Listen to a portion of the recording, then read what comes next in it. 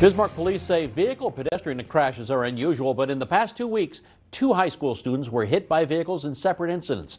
Ariana Gonzalez spoke with administrators, students, and law enforcement about crosswalk safety and joins us now. Ari? Alan, the chances of being hit by a car while using a crosswalk are low, but they're never zero. The Bismarck Police Department told me that out of 8,000 vehicle accidents in the city over the last 3 years, about 0.8% involved a pedestrian. I spoke with law enforcement about what you can do to keep yourself safe. Every day, students make their way across these crosswalks. And every day, they take the risk of being hit by a car. On October 21st, a driver hit a 15-year-old Century High School student while he was in the crosswalk on Century Avenue. He walked away with minor injuries. According to a police report, the driver was cited for care required and failure to yield to a pedestrian. 6 days later, a vehicle hit a Bismarck High School student while she was also in the crosswalk. She received significant injuries to her lower body. Police are still investigating the accident.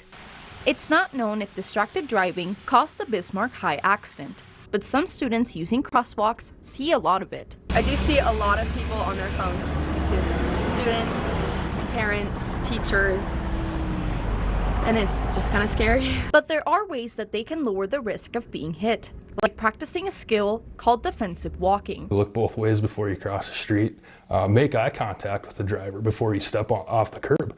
You know, if you make eye contact with that driver, you know that they saw you. And then just pay attention to your surroundings. Walk defensively, just like we drive defensively. Bismarck Public Schools works closely with law enforcement to ensure the safety of its students, especially making their way across the road. If we know that we have a hot spot, we'll ask for assistance certain times of the day. But law enforcement has an entire city to take care of, and so at all of our elementary and middle schools, we have crossing guards that help assist, typically before and after school.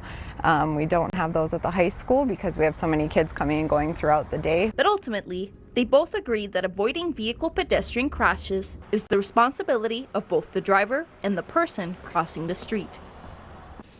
The police department says that when it gets a notice of an area where there is a lot of speeding and pedestrians walking through, it assigns someone to patrol the area.